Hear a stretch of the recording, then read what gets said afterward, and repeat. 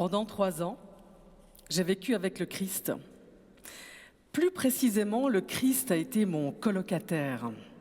Pas très grand, 1 mètre de haut, avec ses bras en croix, 1 mètre de large.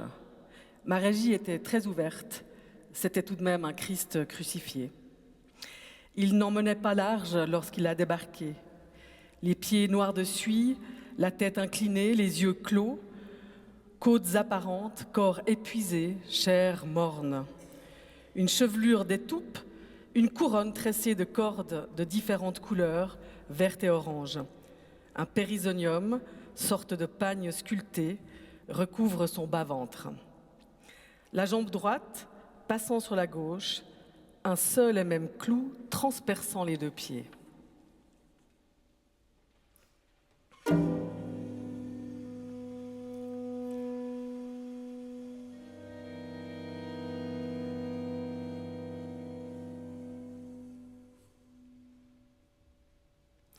De retour d'une année d'études à Milan, je me sentais en famille. Pendant ce séjour, je me rendais comme une dévote à la Pinacothèque de Brera, aimantée par la fameuse lamentation sur le Christ mort de Mantegna, qui offre un des raccourcis de l'histoire de l'art les plus longuement analysés.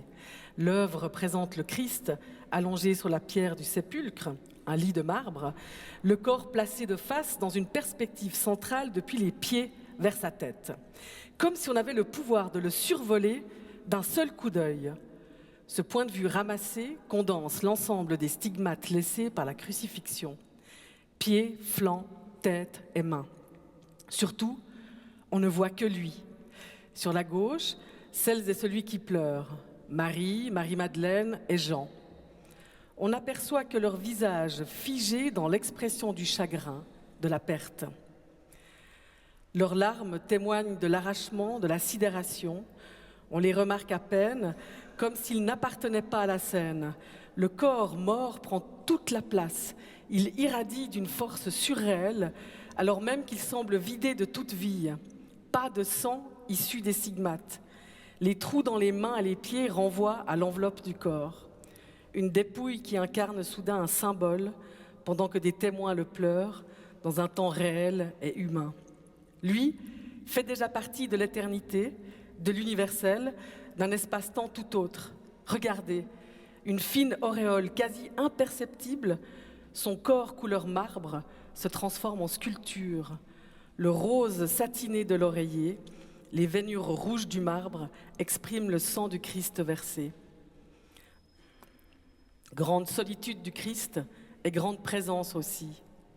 Descente de croix horizontale qui, pour moi, entrait en résonance avec une pietà de marbre plus tardive que j'allais voir pas loin de la Brera, au Castello Sforzesco. La dernière œuvre de Michel-Ange, la Pietà Rondanini. L'artiste y travaillera encore quelques jours avant sa mort, en février 1564. Une sculpture inachevée qui n'a rien à voir avec les idéaux de la Renaissance et ses proportions parfaites. Dans cette Pietà d'un autre genre, Marie n'est pas assise. Debout, elle soutient son fils sans vie. De profil, la sculpture forme comme un arc de cercle vertical. De face, on sent que l'artiste a creusé, enlevé. Il a même hésité pour placer le visage de Marie. On en distingue 2 en réalité. Pas de muscles saillants, ni de drapé trompe-l'œil. On est dans le saisissement de la perte du fils. Chagrin pétrifié, âpre et infiniment doux. On ne sait pas à quoi cette sculpture aurait ressemblé une fois terminée. Abstraite, juste une vague de pierre. Tout ce que je sais, c'est que cette œuvre me touchait. J'aimais imaginer un Michel-Ange âgé qui remet en jeu jusqu'à la fin son art, libre et habité. Jésus a-t-il tout remis en jeu? En tout cas, il s'est prêté au jeu, le jeu de la passion, joué et rejoué depuis des siècles lors de chaque semaine sainte, ces quelques heures avant la crucifixion.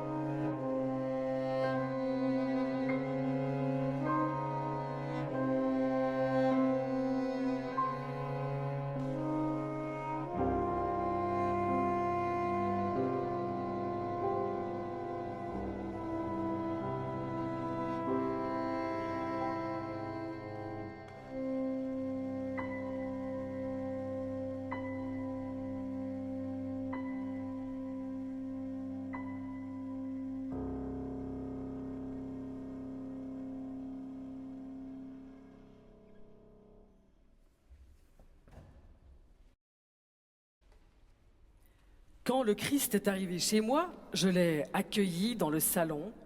On allait bien s'occuper de lui, pas moi en particulier, mais la femme qui l'avait amené. Il était là pour qu'on le bichonne, pour que l'on comprenne son histoire qui commençait en Valais, aux alentours de 1200, pour qu'on enquête et qu'on le restaure. Restaurer. J'aime ce mot. Il charrie tant de possible et en même temps il garde toujours son sens d'origine. Établir en son état ancien ou en sa forme première, restaurer la paix, réparer en respectant l'état primitif, remettre en vigueur, ramener, rétablir, relever, redonner des forces, ressusciter. Ce n'est pas rien ce mot. Jésus pour moi c'est un grand restaurateur dans tous les sens du terme. Ces quelques jours avant sa fin terrestre, il est en mouvement avec ses disciples, il marche beaucoup, partout où il passe, il fait beaucoup de miracles, et par 2 fois, il réalise la multiplication des pains et des poissons. Jésus voit ces gens qui le suivent et qui ont faim, et rien n'est pire que d'avoir faim et savoir que le voyage va être long. J'aime les gens qui restaurent, et il n'y a pas que Jésus.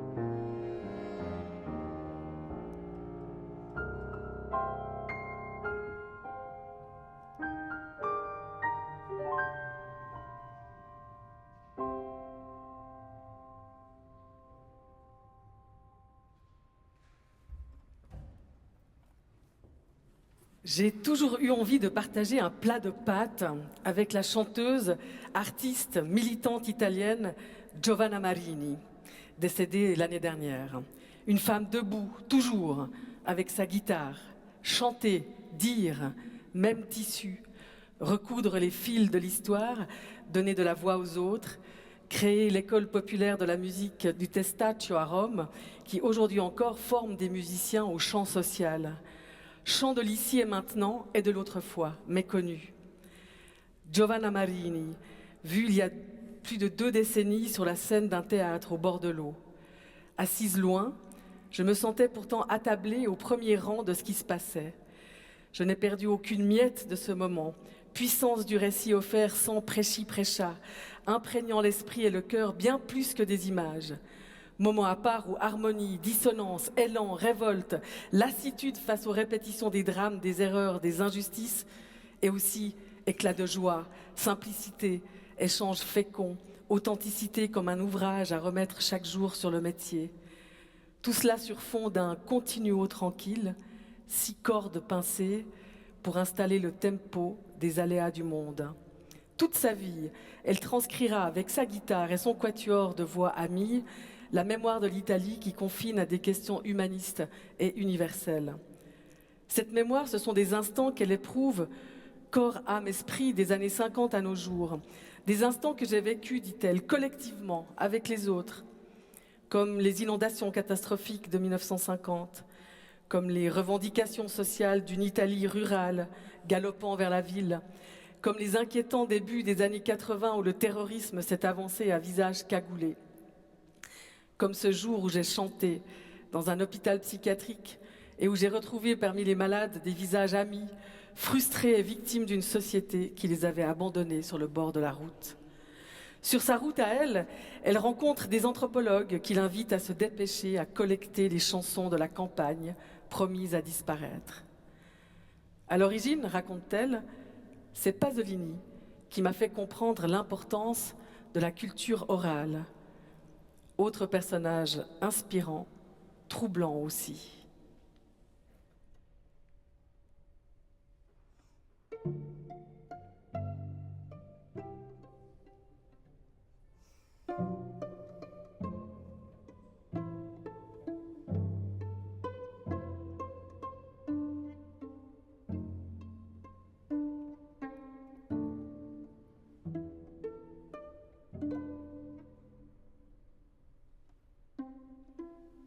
Un soir de 1958, Giovanna Marini rencontre Pasolini sans savoir qui il est et sans imaginer qu'à sa mort, elle lui dédiera un lamento déchirant. Elle joue Bach à la guitare dans une soirée mondaine devant un public de l'intelligentsia romaine. C'est elle qui le dit. Avant de donner de la voix aux voix invisibles, c'est une jeune fille au parcours classique, de musicienne classique. Elle est la fille d'un compositeur génial, décédé à même pas 30 ans, dont la disparition laisse une ombre telle que Giovanna, considérant son œuvre comme pas assez sérieuse, n'osera signer de son patronyme ses propres compositions que des décennies plus tard, Marini étant le nom de son mari.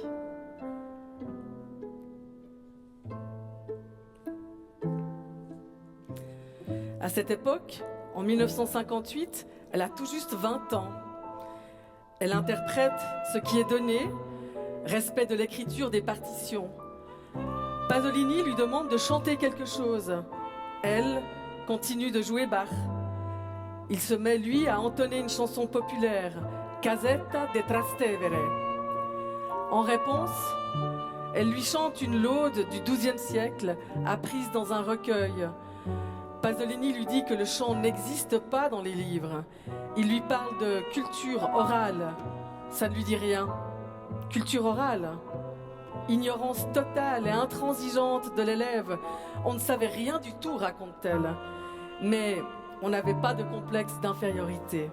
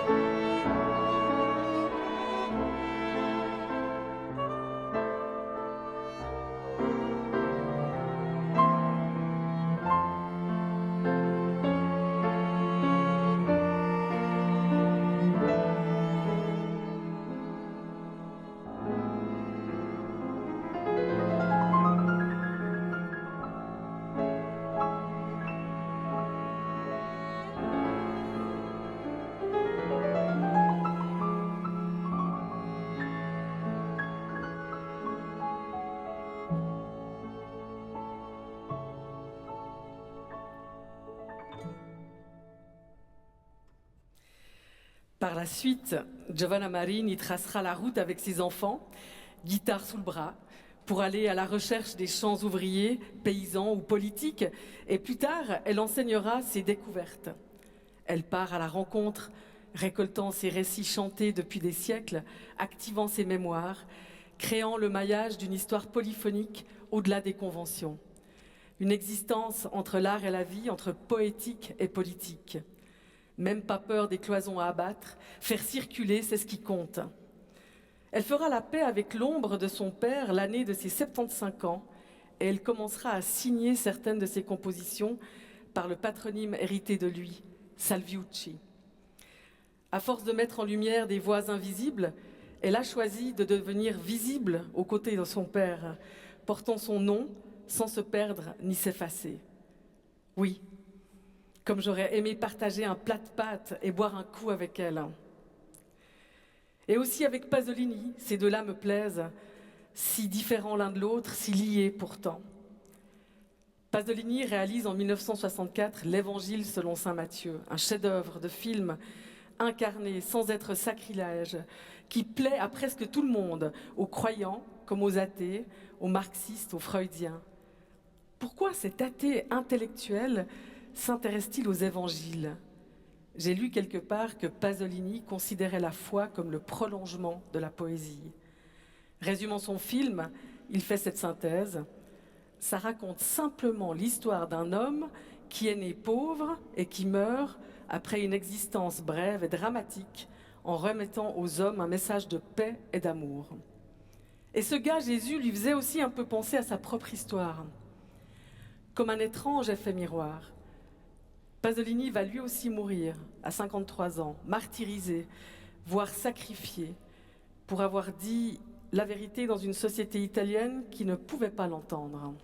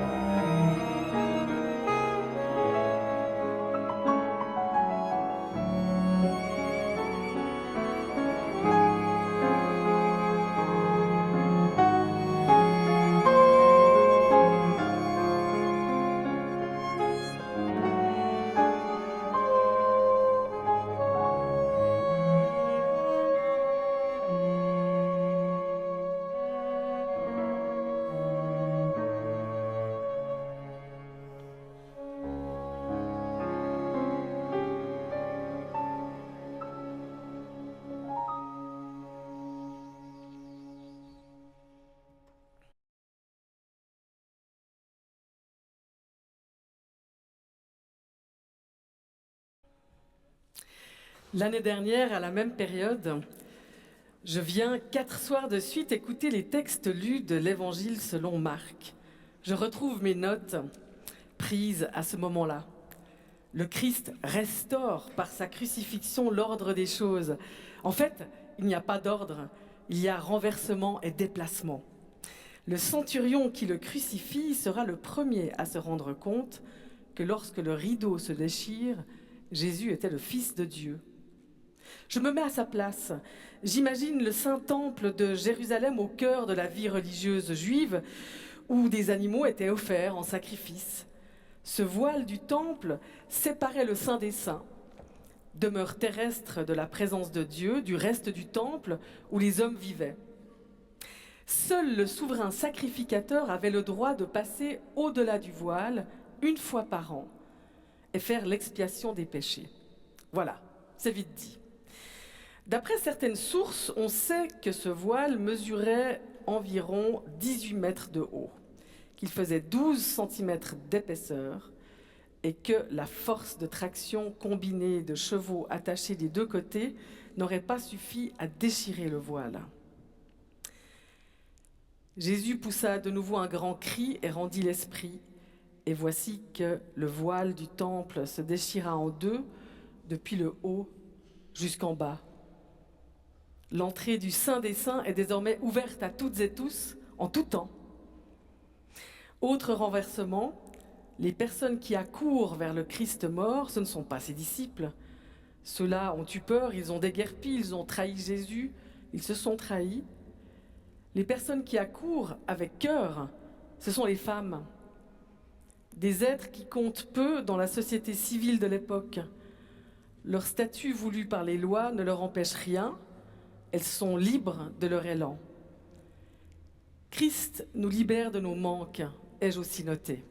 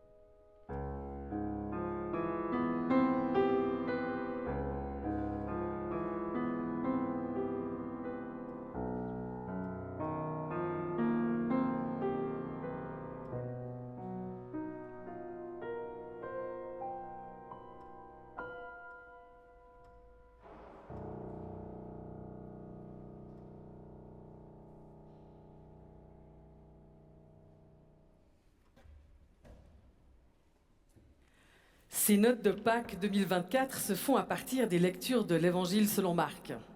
Écrit vers les années 65, c'est le tout premier évangile qui soit parvenu jusqu'à nous. Marc fait démarrer l'histoire au moment où le Christ entre dans sa campagne de miracles. Pas d'évocation de la naissance, de l'enfance, il est dans l'action, le royaume arrive. Il s'agit peut-être même du premier évangile tout court, c'est-à-dire la première œuvre littéraire qui ait pour but de retracer l'histoire de Jésus d'une seule traite, dans un écrit ordonné. Marc ne part pas de rien. Il y a toute la tradition orale, très vive à l'époque, qui anime la communauté chrétienne naissante et soutient sa foi. Voilà pourquoi, sans le savoir, au fil de ce texte, j'ai pensé à Giovanna Marini qui m'a amené ensuite à Pasolini. Cette vie des liens me réjouit. Au lieu de nous attacher, il nous arrime pour aller plus loin, plus vaste, plus ensemble. La traduction de cet évangile est récente. On la doit à Frédéric Boyer, écrivain, traducteur, éditeur. J'écoute attentivement. Récit bref, image agissante, fermeté de Jésus, et cette expression qui revient au fil des épisodes, parler la parole.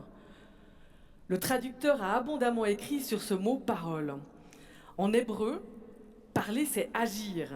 Quelqu'un parle et nomme, sort le monde de l'anonymat, ou plus exactement révèle que parler, c'est rendre le monde visible, que parler, c'est faire du monde un monde. Parler, c'est faire apparaître la réalité des choses.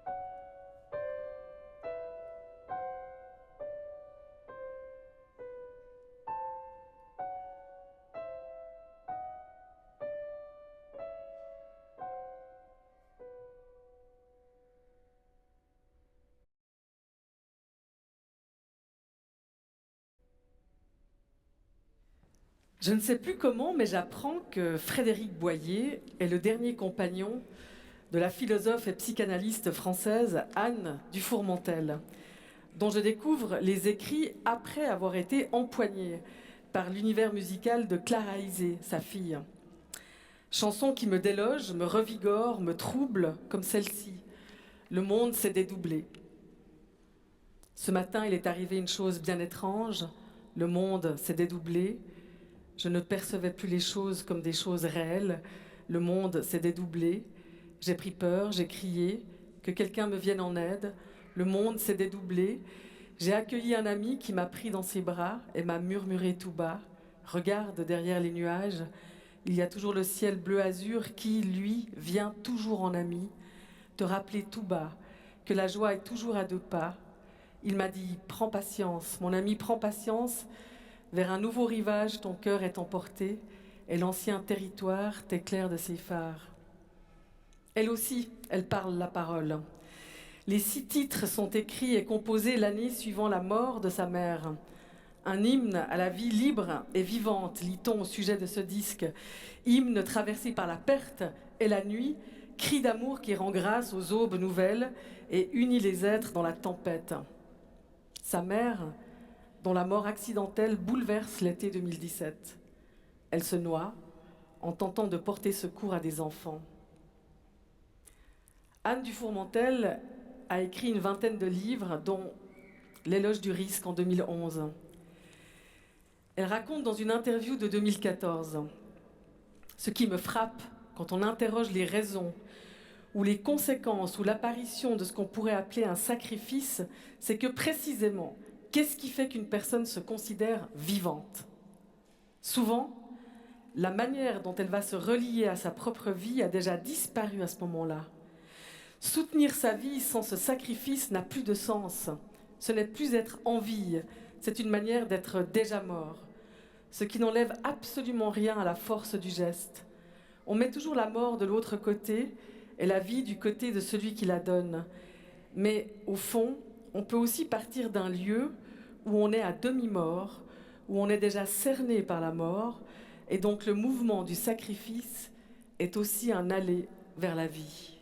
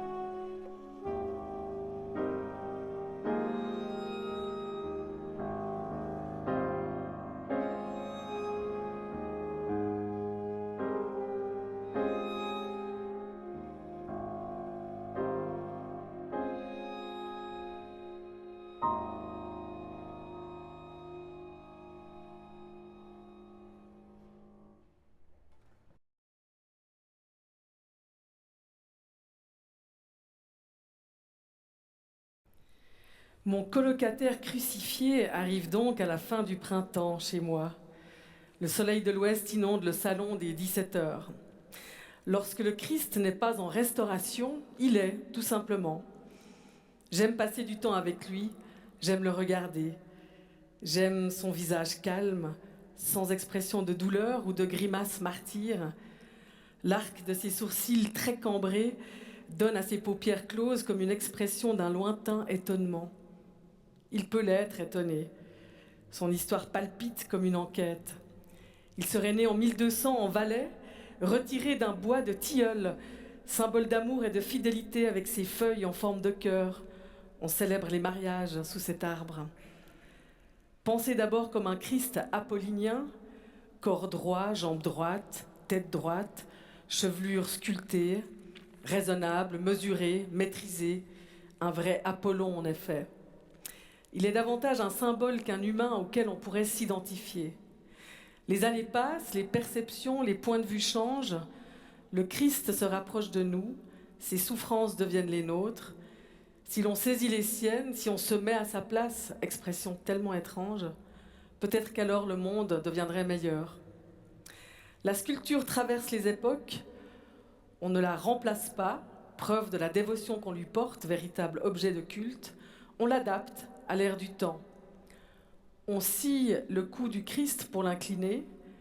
Pour activer l'empathie, on lui pose des cheveux en étoupe pour que ça ressemble à de vrais cheveux. On lui casse le genou droit pour le faire passer sur la jambe gauche, c'est aussi plus humain. Le Christ aux outrages, mais post-mortem, et pour éviter les outrages du temps.